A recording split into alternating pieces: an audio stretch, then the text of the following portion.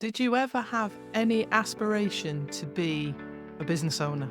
No, I mean, actually, I hated the business, especially as a child, because it took my parents away from me. Mum got unwell, and at that time, there was nobody to take on the business. I was absolutely thrown in at the deep end.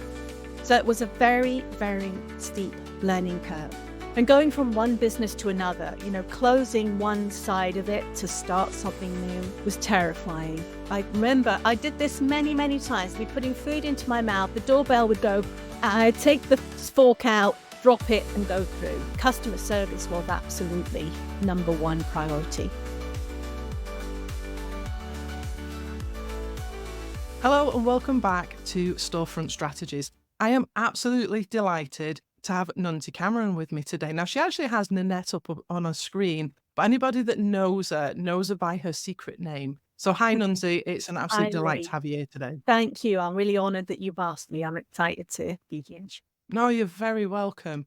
What I want you to do to start off with is tell us a little bit about yourself and your prior business, because I know you've moved on from that now. Well, my prior business was a family business, which my parents bought when I was 2 years old. This was 1971. I won't bother telling you their story, but they came into the business here then. And it was a petrol station, grocery shop, and work bay. So my mother ran the shop and the petrol station side of it, while my dad mended cars in the work bay. So they did that my early childhood. And then in 1980, they made the decision to change the work bay into a transport cafe. So they switched sides in the business. So my dad went into the shop and petrol station, and my mum refurbished the work bay and they opened a transport cafe there. Did that for a couple of years. They extended the car park of that. So mum would regularly have 10 articulated lorries lined up in the car park. It was great watching them maneuver in and everything. So she did that. She was in catering for about 10 years, and they had various staff coming in, and she got to the stage where she had two ladies who could run it for her. So she made a decision to follow a lifelong passion of hers, which was to own a fabric shop. So she rented a very small, tiny premises in a back street in the neighboring town of Forres, and she opened a fabric shop. And she went to London. She walked the length of Brick Lane, finding suppliers for her new venture. And so she opened up, and she did that in Forres for about 18 months. And during that time, when she was selling her fabrics, she said that when she sold a quantity of material, she'd think how many breakfasts she'd have to have cooked to make the same amount of money from the meterage of fabric that she was selling. So she realized that fabric was a viable business, more so even than the catering side of it. So she made the huge decision at that point to close the cafe and bring the fabric shop back to the premises where the business was. So she's very, very bold, very entrepreneurial, my mother. And so that's what they did. She closed the cafe just before Christmas, whatever year it was, I forget now. And 2 weeks later, after a very speedy refurbishment in there, opened it up as a fabric shop, which was a huge shock to the truck drivers. She'd had them, word does get round, but it took a little while. She had one guy, she watched him park, watched him walk over to the door, watched him come up the steps, and he opened the door and did a double take like that. And she just looked at him and said, "I'm so sorry." So that was that. The fabric shop started in our premises in Arvis, where we'd always been. And so we did that there. She did that there for a few years, but she got unwell. And 1997, by this time, I had grown up in the business. I had worked there as a teenager and all that sort of thing. And then after I started my family, I would do part-time hours, the late shift, just supporting mum and dad and my sister and her husband, who had come into the business with mum and dad as well. So in 1997, mum got unwell. And at that time, there was nobody to take on the business. So I had to go in to the fabric shop and work in a fabric shop with no experience of sewing, no experience of materials or anything. So I was absolutely thrown in at the deep end. So it was a very, very steep learning curve. But Mum did come back a little, but not really. I kind of took over. My sister and her husband, who I worked with, they became more involved in that side of things as well. And eventually we made the decision, because the fabric shop side of it was doing so well, that there were a number of other factors as well. Actually, Esso, who were our petrol company supplier, they changed our contract, which made it untenable. We couldn't do it anymore. So we made, again, it was a very bold decision, but to be honest, that's how a lot of our decisions were made, out of necessity. When something happened, when disaster happened, or anything that came along, we had to evolve with things and just keep moving. So that was when we decided that we would close the shop, get rid of the petrol, and make the whole thing fabrics, and that we would do our own curtain making and everything as well. So that's what we did. So it became the whole thing, the one focus, the single focus of the business was the fabric shop and making curtain. We had a curtain maker at the time who Mum had found, and she was an excellent seamstress. She announced to Mum that she was emigrating to Australia. And so we asked her if she would train us up before she went, which she did. That, again, was a very, very steep learning curve. But she trained us, so we had that initial foundational stuff, and then we built from there. So that was maybe about 2001, I think, perhaps 2000 maybe, when we actually started doing the making up ourselves. And then the business just really grew from there. It ended up, it was just me, my sister, and my brother-in-law, her husband. And the three of us ran the business like that for many more years, until we were approaching his retirement age. And we'd always said over the years that when he retired, we'd wind everything up. We didn't have staff by this point. It was just the three of us. When you've had the experience of staffing that we'd had, you get to a stage where you want to try and do without staff.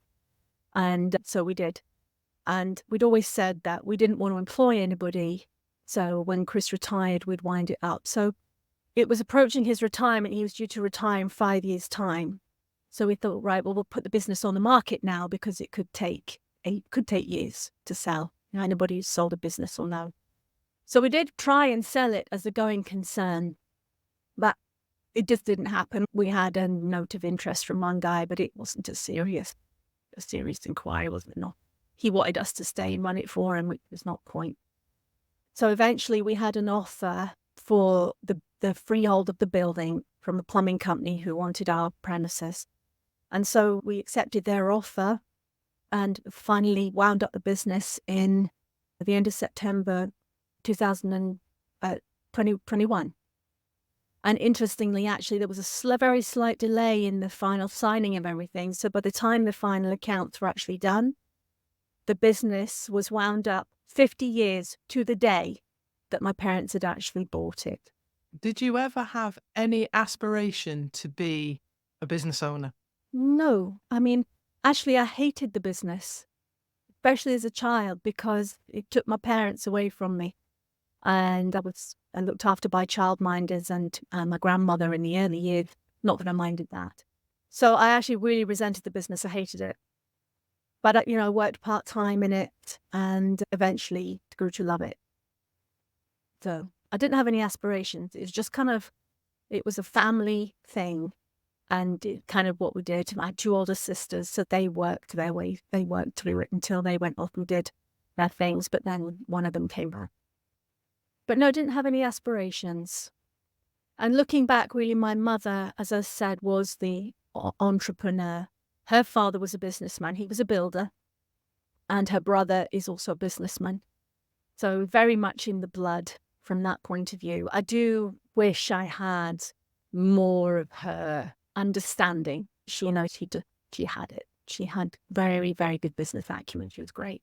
So, considering that you kind of fell into having a business, what were some of the biggest challenges that you faced as you progressed through? Well, the biggest challenge was actually learning how to do it because, as I say, I had no experience of sewing. My mum had been a sewer all her life. She'd won competitions when my older sisters were young. She'd won sewing competition. So having to learn about fabrics and about the sewing, that was, I can't tell you what the learning curve was there. It was enormous.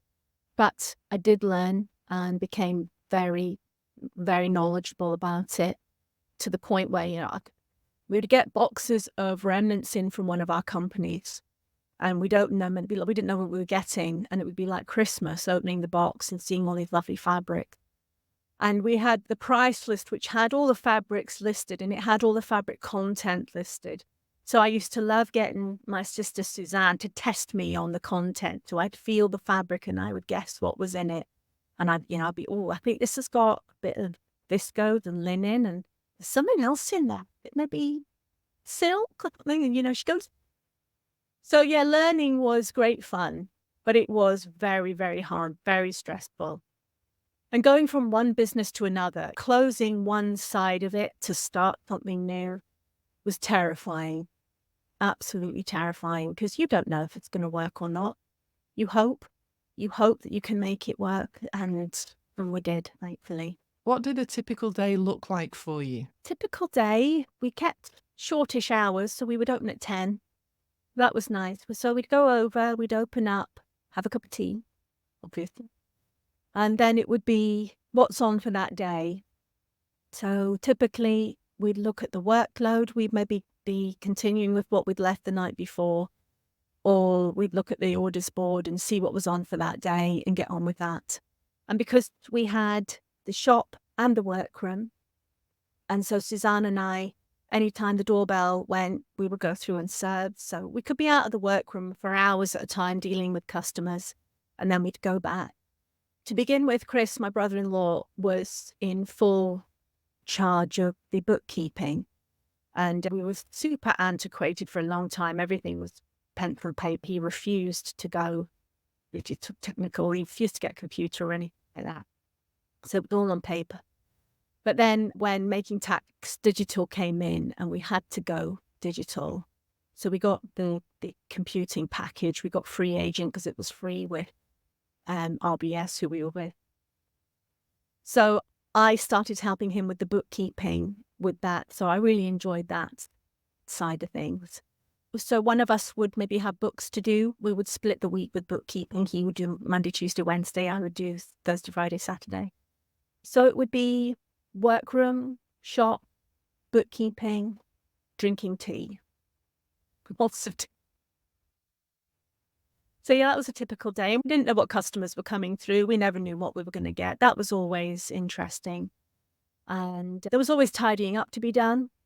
Being a fabric shop, people would rummage, look through things, make a mess. So it didn't take long to get messy. So there was always tidying up to do as well. So given that you could be in the workroom and in the midst of doing something and then the bell goes and somebody comes in, if that was me, I think I'd get quite frustrated by having to stop what I was doing to go and speak to somebody. How did you make sure that your customer service was always excellent? Oh, well, you would drop what you were doing, regardless of what it was.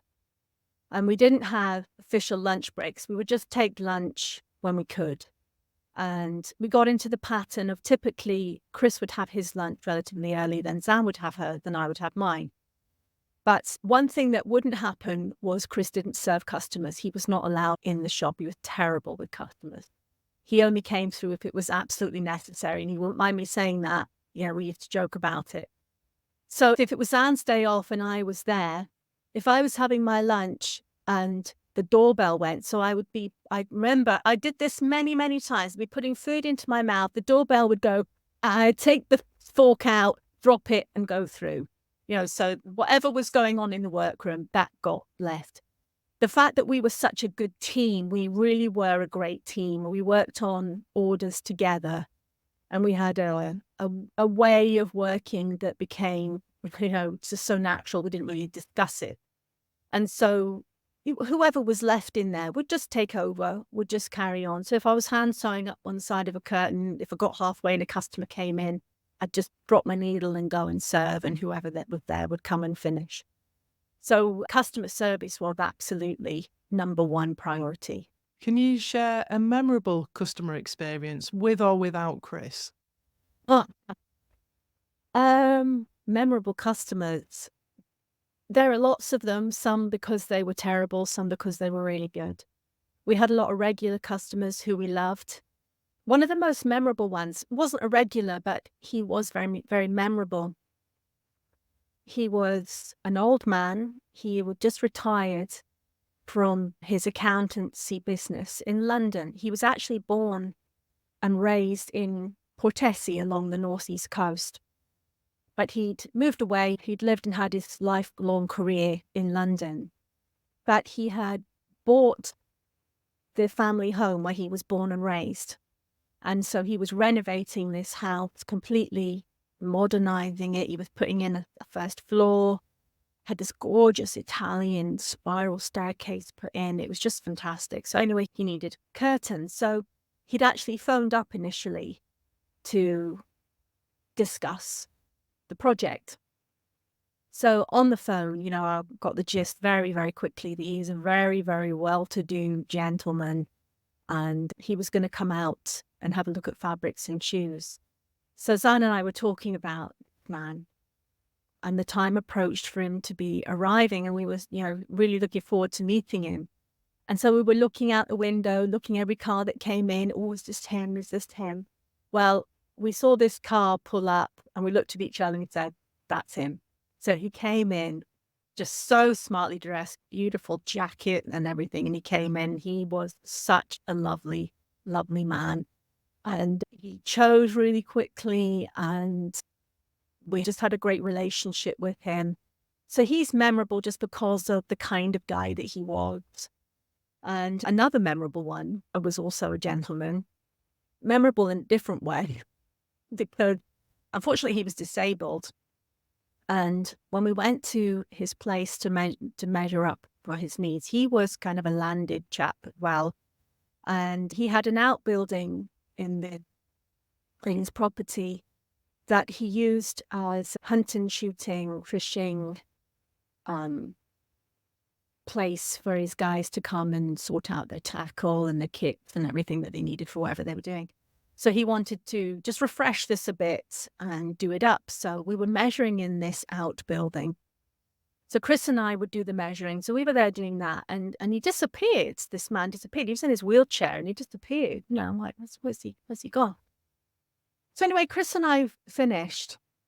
Anyway, I kind of realized that the gentleman was relieving himself in the room that he'd gone into. He obviously needed the bathroom and couldn't get back to the house. And so anyway, I sort of said, is it okay, Neil, can we come back through? It's, yes, come through. So we went through and we were chatting away about the work. And then it was time to go into the house. And he said to me, oh, Nanette, just take that for me, would you? And I looked over and his bottle of wee was on the table. So I had to carry that back into the house for him. But actually, we used to laugh because we used to say that, you can cut this out if you want, but we used to say that we were business prostitutes. We would just do whatever anybody wanted to get the sale, within reason. But, carrying the guy's bottle of wee back into the house, I just did it because he was a client and I wanted his money. So there we go. So those were two kind of memorable customers. Many others for different reasons. So, having spent quite a long time in and around the business, you'll have seen how marketing changed over time. Did you get involved with marketing for the business, and what strategies did you use? Well, in that area, we had very differing opinions about marketing. I always felt that we didn't present ourselves as well as we could have done, but the others didn't think we needed to. And so we never really did a lot with marketing. Really, we relied on word of mouth and people coming to us, which they did. They did. I mean, what we supplied, what we provided was very unique. And so we would get customers from all over Scotland. So marketing, we didn't really do much. We tried advertising a little bit, but I think with advertising, you need to be consistent. You need consistent and regular and always there, always present, always pushing. And we just, frankly, didn't want to pay for it. And felt honestly that we didn't need it, which may be alien to a lot of people, but our business was doing well. It was good. And we were happy with the levels that we had. So we just kept going with what we were doing, which was very little. It was really just being there every day, opening the door every day. My Uncle Bill always says the most important part of business is turning up every day. Opening your door so that people know you're going to be there. There's nothing worse than turning up at a business and for whatever reason, they're closed that day. When they were expecting them to be open and they're closed. That's just a disaster. So we were there open every day. We only closed for Christmas. That was the only days. We had 2 weeks closed over Christmas and we were open regularly every day. So we didn't really do a lot in marketing, I have to say. I think I know what the answer is going to be to this, but did you ever get to the stage of using social media or have an online presence for the business? Well, we had a Facebook page and I set that up because neither of the others did Facebook at all. They didn't even have Facebook accounts themselves. So I was the one with the account, so I set it up. And we would put things on there. If we got a new delivery of remnants or whatever, we would put up the little video and put up pictures and things like that. Now and again, I put pictures of something that we'd made that day or that kind of thing. So it was very infrequent. It wasn't really a major part of it. And actually, towards the end, especially during lockdown, it began to be a pain because we would have people contacting us every day for fabric for scrubs. Do you got fabric for scrubs? Have you got fabric for scrubs? Have you got fabric for scrubs? No. So no, we didn't do a lot online. Could you maybe have sold them a nice brocade or a curtain fabric for scrubs, Thing was, it had to be washable at something like 60 or 90 degrees, and curtain fabric just wasn't. I think that they were making scrubs out of the most inappropriate things, but anyway, that whole other thing. Were there times where you had to pivot or change the business during the time that you were working there because market conditions changed or consumer behaviours changed? Like, did the business move on or was it pretty similar all the way through? It was pretty similar. We had to change a lot. For example, we did an extension on our building. We had the 2 sides to the building. And so what we did was we built a large extension on the back, and that was where we had our workroom. Now, we built that in 2007. And then we were going to, you'll remember I said about buying a plot of land for the lorry park. We decided to develop that. So we built 4 houses on that, effectively to pay for the extension that we had built. So unfortunately, we did it a bit back to front. We built the extension in 2007, which was great. Then we started working on the houses. And you'll remember in 2008, there was a market crash. So property prices plummeted and basically we were in dire straits. We had a loan from the bank to pay and it was a very, very difficult time. We really had to batten down the hatches. So money was very, very tight. Consumer spending was down. The footfall was down. So it was a very, very worrying time. But we got through it. We got through it and eventually we sold all 4 houses. We paid off the bank. That was a real kind of 2 fingers up to the bank. I don't know if you remember, RBS got a lot of bad press over that time for how they treated businesses. And I do know actually personally a lot of people who did go under. So we were very proud of ourselves that we did manage to keep going. So there's been lots of difficult times. I have to say, actually, that political change has made a difference. In the run up to the Scottish independence vote, we noticed consumer spending was very, very nervous. And there wasn't a lot of spending. And in fact, so the vote was in September. Come October of that year, after all that was over, business just went way up, up, up. Everybody was spending again. Everybody was more comfortable, and things just got back to normal. So we would definitely notice conditions, political or, well, always political, and financial, which was usually politically motivated or inspired. That's the wrong word, inspired. But yeah, we just kept going, and we would do things to accommodate the issues. During that crash, I took a huge pay cut. So I took a pay cut because Zan and Chris actually had invested a lot more money in the project than I had, maybe about 2.5 times they had put in compared to me. So I took the pay cut until we got through that and we came back again. So we had ways of handling the different things that came along, usually just being careful, not overreaching ourselves during difficult times. Was there a learning to be had during that? Learning. I don't know. I think we did the right things. When I look back, I think that what we did was right. How we handled it was right. It was a challenge to the partnership. There's no doubt about that. Our interpersonal relations, it was a challenge on that. But there again, we got through that. There have been very, very difficult times, very tense times. If there was a difference of opinion that we all felt strongly about, that was very tricky. So as a partnership, I think we were very good at getting through things.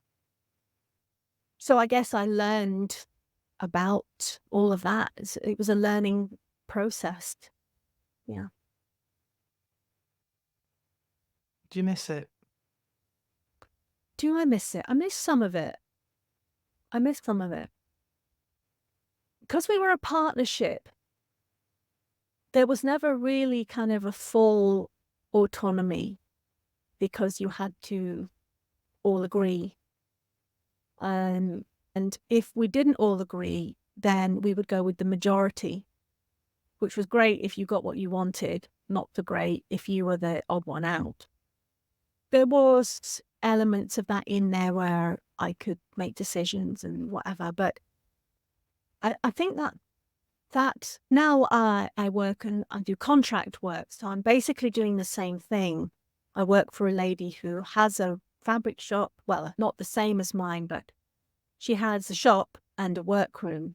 So we make curtains and we serve customers. So I'm not an employee and my work is contracted. So being there, I'm jealous of her. I think being a sole trader must be really fun when you can do what you want.